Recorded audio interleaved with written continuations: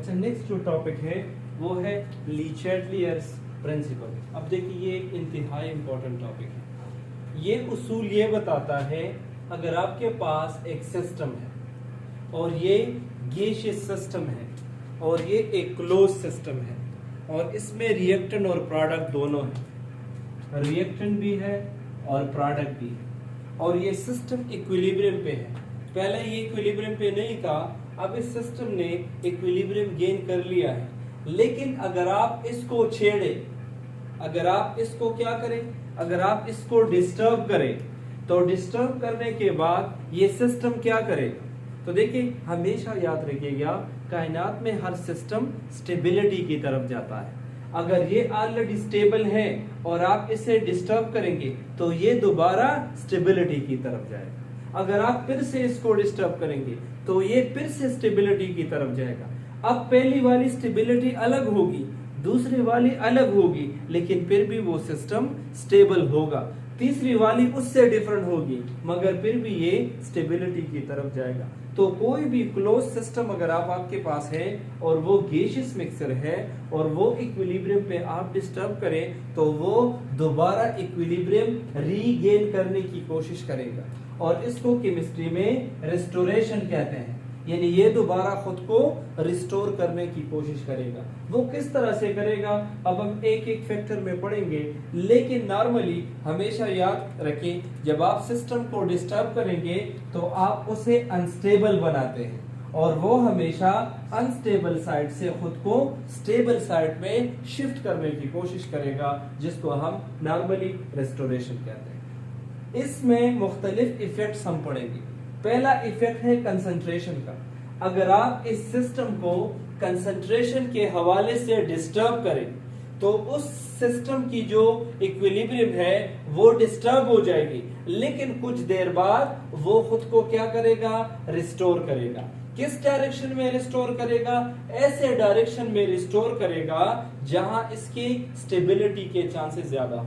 अब देखें ये रिएक्टेंट और प्रोडक्ट है।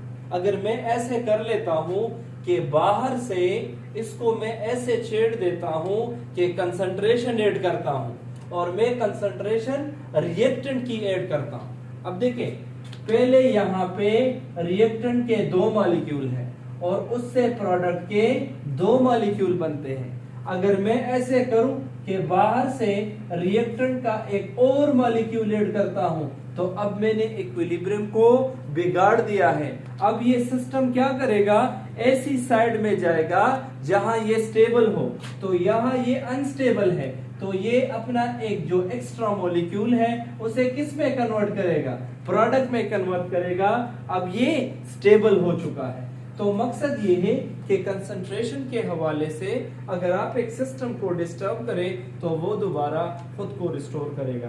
अब अगर मैं ऐसे करूं कि बाहर से इसी सेम नेचर का प्रोडक्ट ऐड कर देता हूं, अब क्या होगा, अब प्रोडक्ट का कंसंट्रेशन बढ़ जाएगा। अब दोबारा से इस साइड को हमने अनस्टेबल किया है तो ये दोबारा खुद को स्टेबलाइज करने के लिए रिएक्टेंट के साइड पे जाएगा।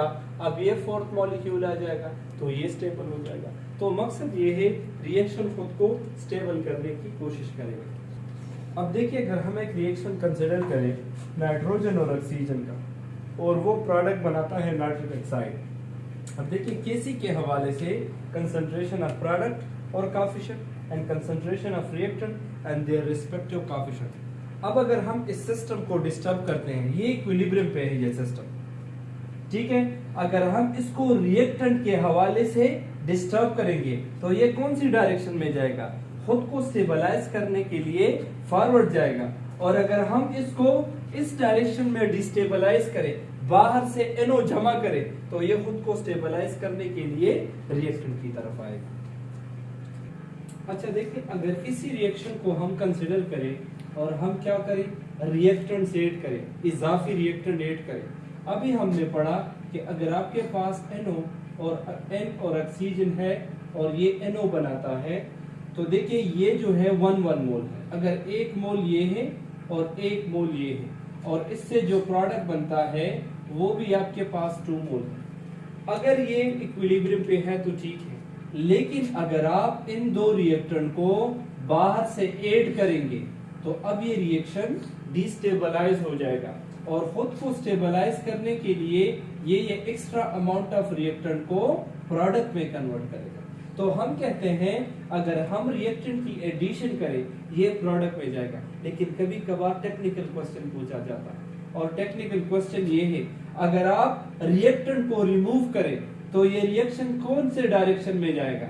अब आपने रिएक्टेंट रिमूव किए हैं तो की क्या है स्टेबल देंगे और लेस स्टेबल पार्ट देंगे। अब देखिए यहाँ कंसंट्रेशन हाई है और यहाँ कंसंट्रेशन कम है तो ये खुद को स्टेबलाइज करने के लिए हाई से हमेशा लो की तरफ जाएगा। तो यहाँ पे इसके ये जो मॉलिक्यूल है तो ये 3 या जो भी है ये सिंबॉलिकली हम रिप्रेजेंट करेंगे, ये खुद को स्टेबलाइज करेंगे। तो अगर आप रिएक्टेंट रिमूव करते हैं तो प्रोडक्ट वापस रिएक्टेंट में जाएगा। तो कौन सा डायरेक्शन होगा, रिवर्स डायरेक्शन होगा। अब अपोजिट डायरेक्शन में आ जाए, अगर आपके पास ये 2 रिएक्टेंट है और ये आपके पास 2 प्रोडक्ट है और हम इस चेंबर में प्रोडक्ट गैस को छोड़ दे, NO को छोड़ दे, मैं इसको एक डॉट से रिप्रेजेंट करता हूं। अब इसकी कंसंट्रेशन ज्यादा है और इसकी कम है, खुद को स्टेबलाइज करने के लिए ये प्रोडक्ट में जाएगा। तो अगर क्वेश्चन अपोजिट किया जाए कि रिमूवल ऑफ प्रोडक्ट, अगर आप प्रोडक्ट को रिमूव करें तो अगेन ये इस डायरेक्शन से इसमें आएगा तो ये फॉरवर्ड में आएगा। सही है, तो इस तरह से हम ये एक्सप्लेन कर सकते हैं। नेक्स्ट है इफेक्ट ऑफ प्रेशर। अगर आपके पास एक सिस्टम है और उसमें आपके पास गैसेस है और आप इसको डिस्टर्ब करें in the context of pressure, अगर आप बाहर से प्रेशर बढ़ाए या इसका प्रेशर आप रिड्यूस करें तो इसका असर इक्विलिब्रियम पे पड़ सकता है। तो जवाब है यस। अगर आप किसी सिस्टम को इक्विलिब्रियम पे है उसे डिस्टर्ब करें in the context of pressure तो ये डिस्टर्ब होगा, लेकिन कुछ देर बाद ये खुद को स्टेबलाइज करेगा, रिस्टोर करेगा। अब प्रेशर के लिए कौन सा कंडीशन है, तो प्रेशर के लिए कंडीशन ये है, प्रेशर उन रिएक्शन में इसका असर होगा जिस रिएक्शन में नेट वॉल्यूम सेम नहीं होगा। यानी अगर रिएक्टेंट और प्रोडक्ट का वॉल्यूम सेम नहीं है तो उन रिएक्शन पे प्रेशर का असर होगा, मगर ऐसे रिएक्शन जिसमें रिएक्टेंट और प्रोडक्ट का वॉल्यूम इक्वल है वहां पे प्रेशर का असर नहीं होगा। अब देखिए हम किस तरह अंदाजा लगाएंगे, तो वॉल्यूम को देखकर अंदाजा लगाएंगे और ये हमेशा जहां वॉल्यूम ज्यादा है वहां से कम वॉल्यूम की तरफ जाएगा। अब देखिए एक रिएक्शन है, उसमें नाइट्रोजन और हाइड्रोजन आपस में मिलके अमोनिया बनाता है, तो इसकी वॉल्यूम का अंदाजा हम कहां से लगाएंगे, कोएफिशिएंट से। इधर कुछ भी नहीं है, इसका मतलब है 1 और इसका वॉल्यूम हम लेंगे 1 वॉल्यूम, इसका कोएफिशिएंट क्या है 3, तो इसका वॉल्यूम लेंगे 3, तो 3 + 1। रिएक्टेंट का एज अ होल वॉल्यूम कितना है 4। अब प्रोडक्ट का एज अ होल वॉल्यूम कितना है 2। तो अगर आप इस सिस्टम का जिसमें नाइट्रोजन है और हाइड्रोजन है आपस में मिलके जो अमोनिया बनाता है और इसका अगर आप बाहर से प्रेशर बढ़ाए, सपोज 1 atm आप प्रेशर बढ़ाते हैं तो इसका असर कौन से डायरेक्शन में होगा, इसका असर ज्यादा से कम की तरफ होगा। तो जब आप प्रेशर बढ़ाएंगे तो ये ज्यादा से इसकी तरफ कम की तरफ आएगा, तो कौन से डायरेक्शन में जाएगा, फॉरवर्ड डायरेक्शन में जाएगा ताकि प्रोडक्ट बन सके। और अगर आप प्रेशर कम करें तो ये अपोजिट इफेक्ट शो करेगा। अब नेक्स्ट आपके पास सपोज एक और रिएक्शन है, उसमें सल्फर ट्राइऑक्साइड डिकम्पोज होके डाइऑक्साइड और ऑक्सीजन बनाता है। अब इसका नेट वॉल्यूम 2 है और 2 + 1 नेट वॉल्यूम कितना है 3। अगर आप इस सिस्टम का प्रेशर बढ़ाएंगे तो ये हाई वॉल्यूम से लो की तरफ जाएगा, यानी ये प्रोडक्ट से वापस रिएक्टेंट की तरफ जाएगा। अब आपके पास ये एक रिएक्शन है जिसमें हाइड्रोजन और आयोडीन गैस आपस में रिएक्ट करके हाइड्रोजन आयोडाइड बनाते हैं। अब नेट वॉल्यूम 1 और 1 एज अ होल 2 वॉल्यूम और 2 वॉल्यूम, तो चूंकि रिएक्टेंट और प्रोडक्ट का वॉल्यूम सेम है लिहाजा इस पे प्रेशर का कोई भी असर नहीं होगा, ये किसी डायरेक्शन में भी नहीं जाएगा। एक और पॉइंट याद रखें, इधर तो हम कहते हैं इंक्रीजिंग एक्सटर्नल प्रेशर। टेस्ट में कभी कभार ऐसे पूछा जाता है कि एडिशन ऑफ नोबल गैस, तो जब आपसे पूछा जाए कि addition of noble gas that mean increasing external pressure, या कभी कभार इस तरह भी पूछते हैं एडिशन ऑफ आर्गन गैस, तो मकसद नोबल गैस को जब आप इस चेंबर में लेकर आएंगे, चूंकि नोबल गैस किसी के साथ भी रिएक्शन नहीं करता, सिर्फ और सिर्फ इस कंटेनर का प्रेशर बढ़ाता है, तो ये आप पूछेंगे कि ये एक रिएक्शन है जिसमें हमने नोबल गैस ऐड किया है या हमने आर्गन ऐड की है या हमने प्रेशर बढ़ाया है, ये कौन से डायरेक्शन में जाएगा, तो फिर आपने उसका जवाब देना।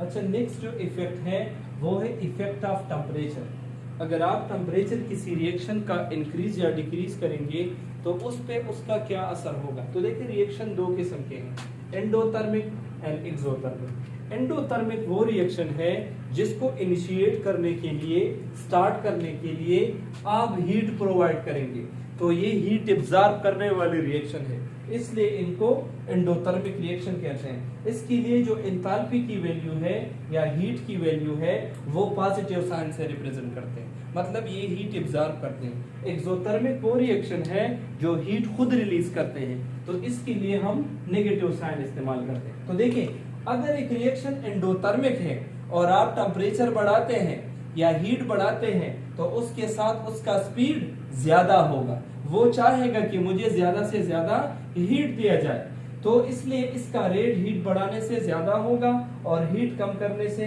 इसका रेट क्या होगा, कम होगा। अगर एक रिएक्शन एक्सोथर्मिक है और आप हीट बढ़ाते हैं तो हीट बढ़ाने से उसका जो रेट है वो कम होगा, क्योंकि वो खुद चाहता है कि हीट रिलीज करे और आप उसको हीट देते हैं। अगर एक रिएक्शन है एक्सोथर्मिक है और आप हीट कम करेंगे तो उसका रेट बढ़ेगा। अब देखिए नाइट्रोजन ऑक्साइड जब ऑक्सीजन के साथ रिएक्शन करके डाइऑक्साइड बनाता है तो ये एंडोथर्मिक रिएक्शन है, तो जब आप हीट बढ़ाते हैं उसके साथ ये क्या करता है, ये ज्यादा प्रोडक्ट बनाता है। तो हमेशा याद रखिएगा अगर एक रिएक्शन एंडोथर्मिक है इन फॉरवर्ड डायरेक्शन तो ये एक्सोथर्मिक होगा इन रिवर्स डायरेक्शन। इस पे टेक्निकल क्वेश्चन पूछे जाते हैं। अब देखिए कार्बन मोनोऑक्साइड जब ऑक्सीजन के साथ रिएक्शन करता है तो कार्बन डाइऑक्साइड बनाता है, तो ये रिएक्शन एक्सोथर्मिक है, तो लिहाजा इस रिएक्शन को आपने हीट प्रोवाइड नहीं करनी। अब देखिए जो आपके पास लाइमस्टोन है उसे हम ठंडे पानी में डालते हैं, उसे कभी भी हम गर्म पानी में डिसॉल्व नहीं करते, क्योंकि उसका रिएक्शन इंतहाई एक्सोथर्मिक है, वो हमें हीट देता है, लिहाजा हम उसे ठंडे पानी में डालते हैं। नेक्स्ट है इफेक्ट ऑफ कैटलिस्ट। लिचार्ड प्रिंसिपल के मुताबिक कैटलिस्ट जो है ये इक्विलिब्रियम को इफेक्ट नहीं करता, ये इक्विलिब्रियम को डिस्टर्ब नहीं करता। इसका रोल सिर्फ इतना है कि ये रिएक्शन को सिर्फ और सिर्फ स्पीड अप करता है, और इसलिए इसका नेट इफेक्ट नहीं है, क्योंकि जब आपके पास कोई रिवर्सिबल रिएक्शन है और उसमें कैटलिस्ट नहीं है तो वो स्लो है। और अब आपने अगर इसी में आयरन डाला है as a catalyst, ammonia formation है, अब यही रिएक्शन होगा मगर फास्ट होगा, और ये क्यों इक्विलिब्रियम को डिस्टर्ब नहीं करता, तो इसका एक रीजन है।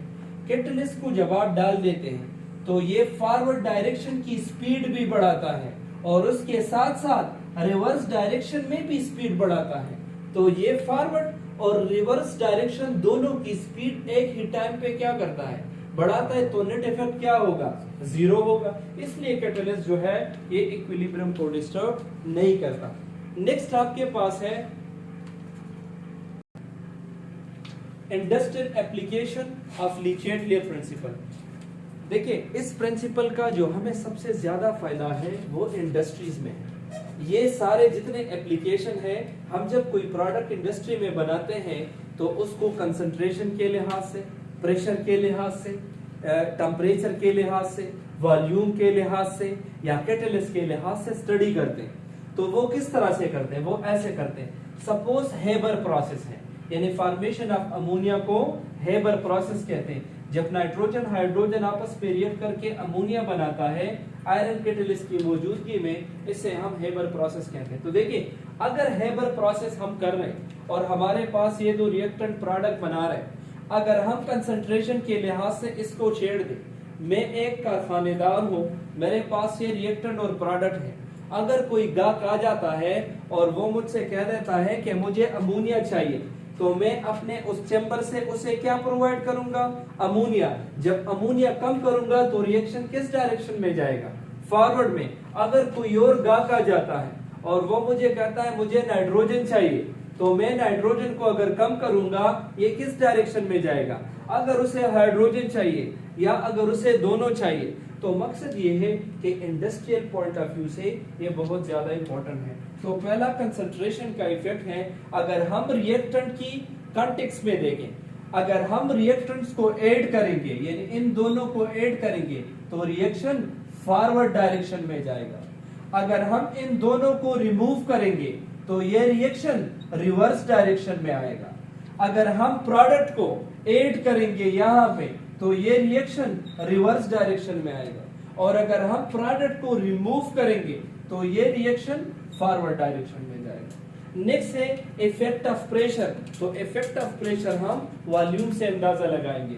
1 + 3 4 वॉल्यूम और ये 2 वॉल्यूम। अगर बाहर से हम नोबल गैस ऐड करें, आर्गन ऐड करें या एक्सटर्नल प्रेशर बढ़ाएंगे तो ये हाई वॉल्यूम से लो की तरफ जाएगा, तो ज्यादा से ज्यादा प्रोडक्ट बनेगा, और अगर हम प्रेशर कम करेंगे तो रिएक्टेंट ज्यादा होगा। नेक्स्ट आपके पास क्या है? नेक्स्ट आपके पास टेम्परेचर है। चूंकि ये रिएक्शन एक्सोथर्मिक है तो लिहाजा ये कम टेम्परेचर पे फीजिबल होगा। और नेक्स्ट आपके पास कैटलिस्ट है। अगर आपके पास आयरन नहीं है रिएक्शन इंतहाई स्लो होगा, लेकिन जब हम आयरन की एडिशन करेंगे तो ये रिएक्शन जो है स्पीड अप होगा।